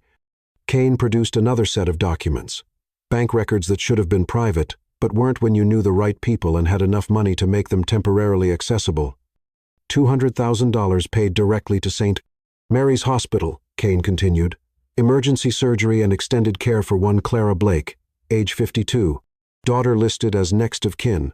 Amara Blake, age 22. Eleanor studied the name, rolling it around in her mind like a weapon she was learning to wield. Amara Blake. Do we have a photo? Several. Kane produced a new set of images that made Eleanor's carefully controlled composure crack for just a moment. The girl was beautiful, not in the polished, artificial way of their social circle, but naturally, genuinely beautiful. Dark hair, warm eyes, a smile that looked real, even in candid photographs. She was young, clearly from a different world entirely, and in every image where she appeared with James, he looked happier than Eleanor had ever seen him. She works at Luna's Cafe, Kane explained, night shifts while she attends pre-med classes during the day. Scholarship student, near perfect grades, no social media presence to speak of. By all accounts, she's exactly what she appears to be. A poor girl trying to become a doctor while taking care of her sick mother. How sweet, Eleanor said with enough venom to poison a small city. A regular Cinderella story. I assume you've confirmed they're sleeping together? More than that. Kane hesitated, which was unusual for a man who delivered devastating information with professional detachment. There's a marriage certificate. The words hit Eleanor like a physical blow. What did you say? James Caldwell married Amara Blake 6 weeks ago at the Chapel of Everlasting Hope. Small ceremony, minimal guests, no prenup on file. Eleanor stared at the marriage certificate Kane had somehow obtained, her manicured nails digging into her palms hard enough to draw blood. Married. James was married to some nobody from nowhere, and he'd never said a word. All those dinners where she'd talked about their future together, all those society events where she'd played the role of his almost fiancé, all those conversations with her father about merging their media and business empires. How long have you known about this? She asked quietly, her voice deadly calm. I confirmed it yesterday. I wanted to be absolutely certain before. Get out, Miss Whitestone. Get out. Eleanor's composure finally shattered completely. And if one word of this gets out before I decide what to do with it, I'll make sure you never work in this city again. Kane gathered his files quickly and left without another word, recognizing the kind of fury that made smart people get as far away as possible. When she was alone, Eleanor allowed herself exactly 3 minutes to rage, throwing crystal paperweights, screaming at the city skyline, letting the full force of her humiliation and fury pour out. Then she sat down, fixed her makeup, and began to plan. James Caldwell had embarrassed her. Worse, he'd made her look like a fool in front of everyone who mattered. While she'd been playing the patient almost fiancé, he'd been playing house with some charity case who probably didn't even know which fork to use for the salad course. But Eleanor hadn't built her reputation by accepting defeat gracefully. If James wanted to slum it with his little nobody, she would make sure he and everyone else understood exactly what that choice cost. Her first call was to her father. "Daddy, I need a favor," she said sweetly, settling back into her leather chair with a smile that would have terrified anyone who knew her well. "Of course, sweetheart. What can I do for you?" "I need you to look into the Carter Foundation's Scholarship Fund Gala. Specifically, I need you to make sure certain people receive invitations and certain others don't." The plan was beautiful in its simplicity and devastating in its potential impact. The Carter Foundation Gala was exactly the kind of high society event where James was expected to appear, preferably with Eleanor on his arm. It was also a scholarship fund, the kind of cause that would naturally appeal to someone like Amara Blake, especially if she somehow received an invitation by mistake. Eleanor spent the next week orchestrating every detail with the precision of a military campaign. She had one of her father's media interns, a girl, desperate for a permanent position's end, an invitation to Amara Bennett at Amara's address. A simple clerical error that anyone could make, easy to explain away if necessary. She arranged for extra security at the event, guards who would be particularly vigilant about party crashers and people who didn't belong. She made sure that several society reporters would be present, cameras ready to capture any drama that might unfold. Most importantly, she ensured that James would be expected to attend, with subtle pressure from both their families about the importance of presenting a united front for the cameras. "The Carter Foundation is important to both our families," Eleanor mentioned casually during dinner with James and their respective fathers. "It would mean so much to have your support there, James, publicly." William Caldwell nodded approvingly. "Eleanor's right. It's time you started taking your social obligations more seriously, James. People are beginning to talk about your absence from important events." James felt the trap closing around him, but couldn't see a way out without revealing truths he wasn't ready to share. "Of course," he said carefully. "I'll be there." "Wonderful." Eleanor purred, her hand resting possessively on his arm. "It'll be just like old times." But Eleanor's plan went deeper than just public humiliation. She'd done her research on Amara Blake, and she understood exactly what kind of person she was dealing with. Someone proud, someone principled, someone who would be devastated by the kind of scene Eleanor was planning to orchestrate. The beauty of it was that it would accomplish multiple goals simultaneously. It would humiliate James by exposing his poor judgment in choosing such an inappropriate partner. It would destroy Amara by making her a laughingstock among people whose opinions mattered. And it would demonstrate to everyone present exactly what happened when people tried to reach above their station. While Eleanor was orchestrating her social warfare campaign, William Caldwell was conducting his own investigation into his son's recent behavior. Unlike Eleanor's hired investigator, William had resources that went far beyond private surveillance. He had board members who reported on James's activities, business associates who monitored his financial transactions, and social connections that stretched into every corner of the city's power structure. "The boy has lost his mind," William told his oldest friend and business partner, Robert Thornton, over cigars in his private study, throwing money at some nobody's medical bills, disappearing for hours at a time, dodging his responsibilities to play house with a girl who probably sees dollar signs when she looks at him. "Have you confronted him directly?" Thornton asked, though he already knew the answer. William Caldwell didn't confront. He maneuvered. He pressured. He applied exactly the right amount of force to achieve his desired outcome. "I'm giving him the chance to come to his senses on his own," William replied. "But if he can't see that this girl is a liability, then I'll have to make the choice for him." The pressure on James was mounting from every direction. Board meetings where his father questioned his judgment. Social events where Eleanor became increasingly possessive and demanding. Business decisions where he was expected to demonstrate the kind of ruthlessness that would prove he was worthy of the Caldwell legacy. "They're closing in," Nathan warned during one of their private meetings. "Your father had me followed yesterday. Eleanor's been asking questions about your schedule. And there are rumors circulating that you're involved with someone inappropriate." "How long do we have?" James asked, exhaustion clear in his voice. "Not long, maybe weeks, maybe days. James, you need to make a choice. Tell them the truth on your terms, or wait for them to discover it on theirs."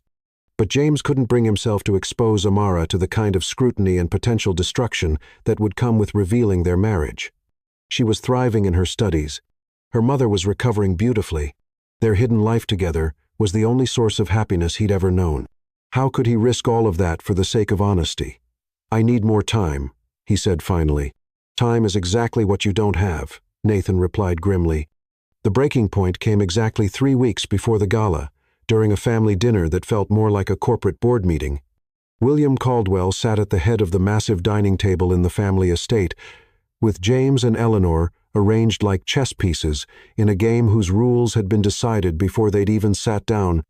"I've been patient," William began without preamble, his voice carrying the authority of a man accustomed to being obeyed without question. "I've allowed you to have your fun, James, to sow your wild oats, or whatever you want to call this phase you've been going through. But it ends now." "What ends?" James asked carefully, though he already knew he wouldn't like the answer. "Your childish rebellion, your refusal to take your responsibilities seriously, your insistence on avoiding the commitments that will secure our family's future." William's gaze moved between James and Eleanor with calculation. "You will announce your engagement to Eleanor at the Carter Foundation Gala. You will marry her within 6 months, and you will end whatever inappropriate relationship you've been conducting with whomever you've been wasting your time on. The ultimatum hung in the air like a sword sharp, final, and completely non-negotiable. "And if I refuse?" James asked quietly. "Then you forfeit your inheritance, your position in the company, and your place in this family." William's expression didn't change, but his words carried the weight of absolute certainty. "I'll disown you completely and name your cousin Nathan as my heir. You'll have nothing, no money, no connections, no power to help anyone, including whatever little charity case has captured your attention." Eleanor watched this exchange with barely concealed satisfaction, her smile sweet enough to cause cavities. "Darling, surely you see that this is for the best. We're perfect for each other. And think of all the good we could do with our combined resources." James looked at her, really looked at her, and saw everything he'd spent his life trying to avoid becoming: cold calculation disguised as charm, ruthless ambition masked as concern, the complete absence of genuine warmth or empathy, replaced by an endless hunger for power and status. "I need time to consider," he said finally. "You have until the gala," William replied. 3 weeks to come to your senses. After that, the choice will be made for you." As the dinner ended and Eleanor kissed his cheek goodbye with possessive satisfaction, James felt the walls of his carefully constructed double life beginning to crumble. He had 3 weeks to figure out how to save his marriage, protect Amara from his family's wrath, and find a way to choose love without destroying everything he'd ever hoped to accomplish with the resources his inheritance provided. 3 weeks to perform a miracle, or 3 weeks to watch everything he'd ever cared about disappear completely. The countdown had begun, and Eleanor Whitestone was already moving her pieces into position for the final, devastating blow that would destroy the happiness James Caldwell had dared to steal from under her perfectly manicured nose. The game was almost over, and she had every intention of winning. Chapter 8. The Breaking Point and Sacrifice. The night of the gala, even after James's dramatic intervention, her husband, the thought still sent electricity through her veins. Amara couldn't shake the feeling that she remained an imposter in someone else's fantasy. Eleanor's cruel words echoed like poison. "She's nobody. A scholarship student who works in that pathetic little cafe. Mrs. Caldwell." A distinguished gentleman with silver hair approached with genuine warmth. "I'm Judge Carter Langley. I had the pleasure of meeting your husband during the Bennett acquisition negotiations. He spoke very highly of you, Mrs. Caldwell." The name still felt foreign, like wearing borrowed clothes that didn't quite fit. "It's nice to meet you, Judge Langley. Your husband is a remarkable young man," the judge continued, clearly unaware of the tension that had preceded this moment. "Not many people in his position would have the courage to stand up for what's right. You must be very proud." "I am," Amara said softly, her eyes finding James across the room, where he was deep in conversation with several board members who looked less than pleased with the evening's developments. The judge moved on, and Amara found herself once again standing alone, watching the social choreography of wealth and power play out around her. She had changed into a different dress, one that James had somehow procured in the 20 minutes after Eleanor's humiliation, a stunning navy gown that fit her perfectly and probably cost more than her mother's monthly medication. How did he even? She'd started to ask when he'd presented it to her in a private room the hotel manager had provided. "Nathan is very resourceful," James had replied, his hands gentle as he helped with the zipper, "and I always keep emergency solutions on hand for impossible situations." "Is that what I am? An impossible situation?" He turned her to face him, his hands cupping her face with such tenderness that her throat had tightened with emotion. "You're my wife," he'd said simply, "and I will never let anyone make you feel ashamed of that again." But now, watching the careful way conversation stopped when she approached, the polite but distant smiles, the whispered exchanges behind gloved hands, Amara wondered if love was really enough to bridge the vast chasm between their worlds. Well, a familiar voice purred behind her. "If it isn't the blushing bride." Amara turned to find Eleanor Whitestone approaching with 2 other women who looked like they'd stepped from the pages of a society magazine. All 3 wore expressions of perfectly polite venom, the kind of smile that preceded a verbal assassination. "Eleanor," Amara said carefully, her chin lifting despite the anxiety clawing at her chest. "I don't believe you've met my friends," Eleanor continued with false warmth. "This is Beatrice Langley and Penelope Thornton." Ladies, this is Amara. I'm sorry, what was your maiden name again? It's so hard to keep track. Blake, Amara replied quietly, aware that several nearby conversations had paused to listen. Blake, Eleanor repeated thoughtfully. Not one of the Boston Blakes, I assume? Or perhaps the Newport Blakes? No? How strange. I thought I knew all the prominent Blake families.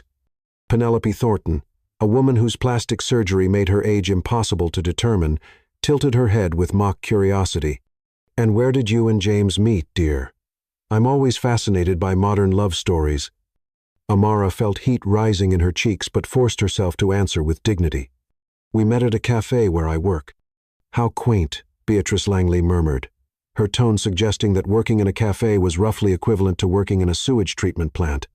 And what do your people think of this sudden elevation in circumstances? Eleanor asked. My people? Amara repeated, confused. Your family, dear.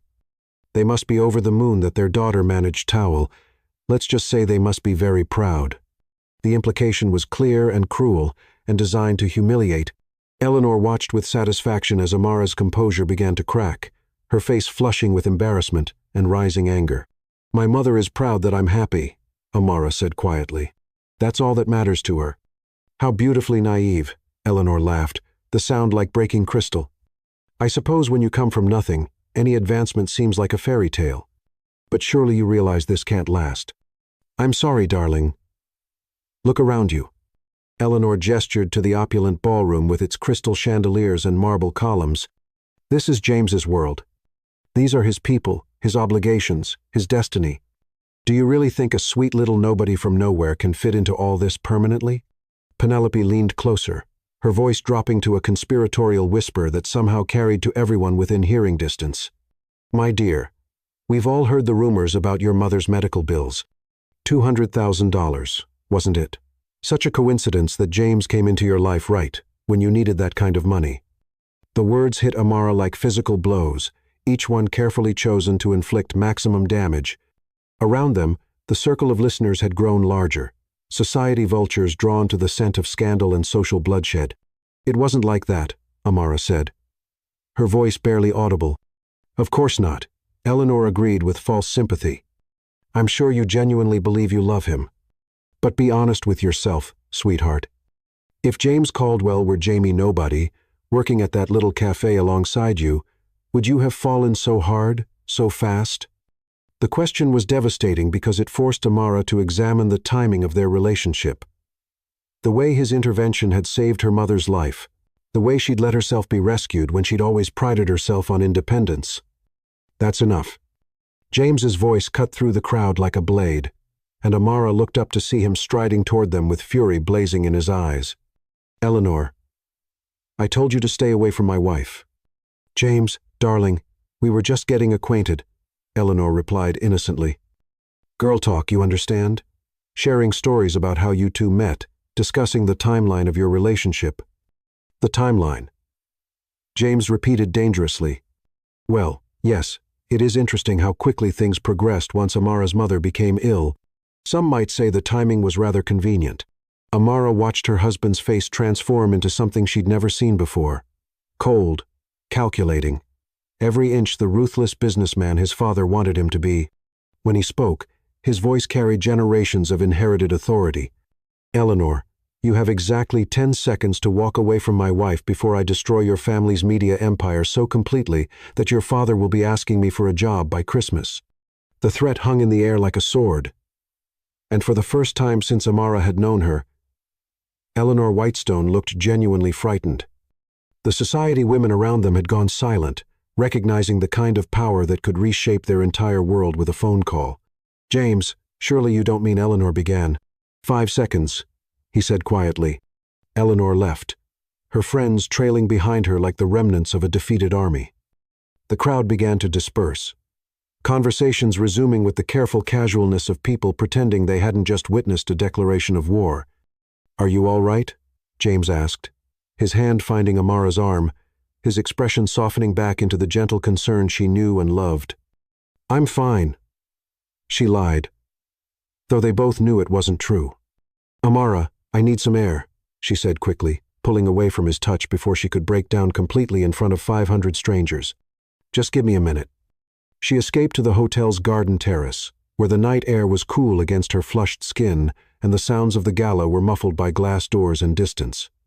The city sparkled below, beautiful and indifferent, while her world crumbled around the foundations of doubt that Eleanor's poison had planted. She was standing there, trying to catch her breath and make sense of the chaos in her heart, when she heard voices from the terrace below Eleanor and her friends, apparently continuing their character assassination in private. "Poor James," Eleanor was saying, her voice carrying clearly in the night air. "He's so blinded by whatever spell that little nobody has cast that he can't see how she's using him." "It's textbook gold digging," Penelope agreed. "Sick mother, medical bills, conveniently timed romance with the one man who can solve all her problems." And the way she looked at him tonight, Beatrice added with a laugh, like she couldn't believe her luck, which, let's be honest, she can't. A girl like that landing James Caldwell. It's like winning the lottery. The real tragedy is what this is doing to his family. Eleanor continued, and Amara could hear the satisfaction in her voice. William is beside himself. The board is questioning James's judgment. There's talk of reconsidering his position as heir if he continues this madness. "Can they do that?" Penelope asked. "Of course they can. James might think love conquers all, but money conquers love every single time. Mark my words. Within 6 months, either she'll leave him for someone who can offer her more, or his family will force him to choose between her and everything he's worked for his entire life. And if he chooses her," Beatrice prompted. Eleanor's laugh was cold and certain. "Then he'll lose everything. His inheritance, his company, his position in society. And when he's just another man with a modest trust fund and no real power, how long do you think little Amara's devotion will last?" Amara pressed her back against the stone wall, tears streaming down her face as the cruel words battered her from below. The worst part wasn't their cruelty. It was the seed of truth buried in their accusations. She had let James pay for her mother's treatment. She had married him knowing what his wealth could provide. And while her love for him was real, undeniable, how could she prove to the world or to herself that money hadn't played a role? "The only way this ends well for James is if someone helps him see reason," Eleanor continued. "If someone who truly cares about his future helps him understand that this infatuation is destroying his life." Standing alone on the terrace, listening to women who represented everything James's world expected him to value, Amara felt something shatter inside her chestnut, her heart. That was already broken something deeper, the naive belief that love could bridge the vast inequalities between their worlds. Eleanor was right about one thing. This couldn't last. Not because Amara didn't love him. She loved him desperately, completely, with every fiber of her being, but because loving him meant wanting what was best for him, even if that destroyed her. She thought about William Caldwell's disapproving gaze tonight, the board members who had cornered James with urgent, whispered concerns. She thought about Eleanor's threats and ultimatums, and the impossible choice between love and legacy that was tearing James apart. And she realized what she had to do. The letter was the hardest thing she'd ever written. She sat in their tiny apartment, their sanctuary, their secret world, and poured her heart onto paper while her mother slept peacefully in the bedroom, recovering beautifully from surgery that Amara could never have afforded on her own. "My beloved Jamie, by the time you read this, I'll be gone. Please don't look for me. By the time you could find me, I'll have made sure it's impossible to change anything. I want you to know that everything between us was real. Every laugh, every touch, every whispered promise in the darkness. All of it was the truest thing I've ever experienced. You saved my life in that cafe, not with your money, but with your heart. You showed me what it felt like to be cherished, protected, loved unconditionally. I will carry that gift for the rest of my life. But I can't be the reason you lose everything you've worked for. I can't be the wedge that drives you from your family, the scandal that destroys your reputation, the choice that costs you your legacy. You were meant for great things, Jamie. You were meant to change the world, to use your resources and your heart to help people in ways I could never imagine. I won't be the anchor that keeps you from that destiny. Eleanor was right about one thing. I don't belong in your world. Not because I'm not good enough, but because our worlds are too different to bridge without one of us losing everything that makes us who we are. If I stay, you become the man who gave up his empire for love. If I go, You become the man who loved deeply enough to let go. I choose to let you go. Take care of my mother. She loves you like the son she never had. Build the foundation we dreamed about. Help families like ours. Be the man I fell in love with, the one who sees problems and fixes them, who sees pain and heals it.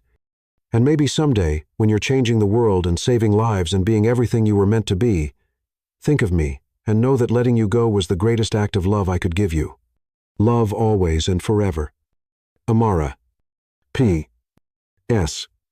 I'm keeping your grandmother's ring, not because it's valuable, but because it's the only piece of our happiness I can take with me. I hope she would understand. Amara left the letter on their bed beside the simple wedding photos that Sophia had printed for them. She packed only what she'd brought to their marriage: a few clothes, her medical textbooks, the small jewelry box her mother had given her for her 16th birthday.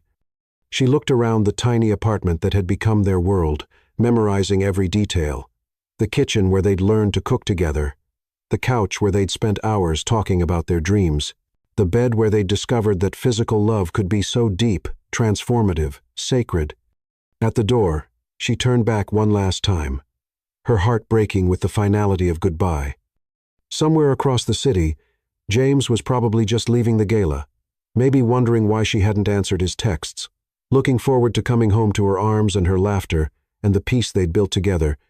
He would find only emptiness and a letter that would hurt him more than Eleanor's cruelest words ever could.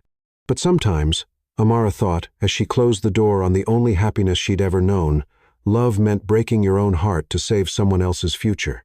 Sometimes love meant walking away from everything you wanted so the person you loved could have everything they deserved. Sometimes love meant sacrifice so complete, so devastating, that it felt like dying.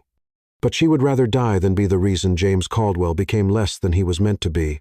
So she walked away, carrying his ring and her broken heart, leaving behind the man who had taught her that she was worthy of love, even if she wasn't worthy of keeping him. Chapter 9. The Fight for Love.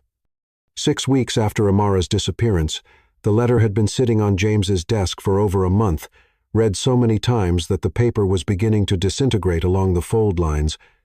Every word was burned into his memory like a brand, but he kept reading anyway, searching for clues he might have missed. I choose to let you go. Those 5 words haunted him more than any threat from his father, any scheme from Eleanor, any ultimatum from the board. Amara had chosen to sacrifice their marriage to save his reputation, and the nobility of it made her absence even more devastating. The investigators found something, Nathan said, entering the office with coffee, and the first hopeful expression he'd worn in weeks. Finally, James replied without looking up from the letter. He'd already spent nearly $1 million on the search. Private investigators, security firms, technology experts who could track digital footprints. All of them had come up empty. Amara Blake Caldwell had disappeared as completely as if she'd never existed. Sophia Morales has been avoiding you for weeks, Nathan continued. But she's here now, and she says she has information about Amara. Sophia appeared in the doorway with red-rimmed eyes and a determination that reminded him painfully of Amara. She's killing herself, Sophia said without preamble, settling into the chair across from his desk like she was preparing for battle. James's head snapped up, his heart hammering against his ribs. You've seen her? You know where she is? I've seen her, Sophia confirmed grimly. And if you don't do something soon, you're going to lose her permanently, not because she stops loving you, but because she's destroying herself, trying to prove she doesn't need you. Where is she? James was already reaching for his car keys. First, you need to understand what you're walking into. She's working 3 jobs again, back at the cafe, tutoring preem students, and cleaning offices at night. She's taking a full course load, trying to graduate early so she can prove she doesn't need your money for her future. And her mother's treatment? James asked, his voice tight. She's been trying to take over the payments herself. Partial payments, delayed payments, working with the hospital on plans that are eating up every penny she earns. Clara is getting her treatments, but barely. James felt sick. All of this Amara's sacrifice. Her determination to prove her independence was because she believed Eleanor's poison, because she thought their love was somehow tainted by his wealth. She's living in a studio apartment that makes her old place look like a palace, Sophia continued, eating ramen noodles, studying until 3 a.m., getting maybe 4 hours of sleep before her first job. Why are you telling me this? Because she miserable. Sophia's voice cracked with emotion. She tries to hide it, but I've known Amara since we were kids. She's not living, James. She's just surviving. Then why won't she come home? Because she loves you too much. She thinks loving you means letting you go, letting you have the life your family wants without her dragging you down. The address Sophia gave him led to a part of the city that James had never seen, where buildings crowded together like wounded animals seeking shelter. Number 1247 Elm Street was squeezed between a check-cashing store and a laundromat. James sat in his car for nearly an hour, watching the building, trying to work up the courage to face the woman who had walked away to save him from himself. When she finally emerged, just after midnight, heading to what was probably her third job, he almost didn't recognize her. Amara looked exhausted, hollow-eyed, thin, in a way that spoke of too much stress and not enough food. She wore simple clothes and moved with the careful efficiency of someone who had learned to conserve energy. She was still beautiful. Even exhausted, she was the most beautiful woman he'd ever seen. But the light that had drawn him to her was dimmed to barely a flicker. He followed her to an office building where she worked cleaning until dawn, then watched her walk the 6 blocks home instead of taking a bus, probably saving the fare money. On Friday evening, he was waiting outside the cafe when her shift ended. "Hello, Amara," he said quietly as she emerged into the night air. She froze, her keys halfway to her purse, her face cycling through shock, joy, pain, and finally a carefully constructed mask of indifference. "James," she said formally, "what are you doing here?" "Looking for my wife." "I'm not your wife anymore. I left, remember? I chose to let you go. You chose to sacrifice yourself for someone you thought I was supposed to be. But Amara, what if that person isn't who I want to be?" She resumed walking, forcing him to fall into step beside her. "It doesn't matter what you want. You have responsibilities, a family legacy. The only person I care about depending on me is walking away from me right now." He caught her arm gently. "Amara, stop. Please look at me." She stopped, but didn't turn around. "I renounced my inheritance," he said quietly. That got her attention. She spun around, her eyes wide with horror. "You what?" "I walked into my father's office and told him I was choosing my wife over his money. I signed papers renouncing any claim to the Caldwell fortune and resigned from every position I held." "James, no, you can't have done that. Your family, your future, everything you've worked for. Everything I've worked for is standing in front of me, looking like she hasn't eaten a decent meal in weeks." He stepped closer. "Amara, I don't want a legacy built on choosing money over love. But without your inheritance, you're just—" "I'm just Jamie," he interrupted. "The man you fell in love with, the man who's perfectly capable of building his own life with the woman he loves. People will say I took you away from your family." "Let them," he said fiercely. "Amara, I've spent my entire life worrying about what other people think. I'm done. The only opinion that matters to me is yours." He reached into his pocket and pulled out a small velvet box. "I bought you a new ring knot with Caldwell money, but with money I earned myself—" "How?" "Consulting. Turns out, people value my business knowledge, even without my family name." He opened the box to reveal a simple band with a perfect diamond. "It's not as fancy as my grandmother's ring, but I bought it with clean money." Amara stared at the ring, tears finally spilling over. "James, I can't. You won't be the reason I lose everything. You'll be the reason I find everything that actually matters." He took her hands. "Amara, I love you. I love your stubbornness, your pride, your determination to save the world one patient at a time. What if it's not enough? What if love isn't enough to overcome all the differences between us? Then we'll fail together," he said simply. "But Amara, what if it is enough?"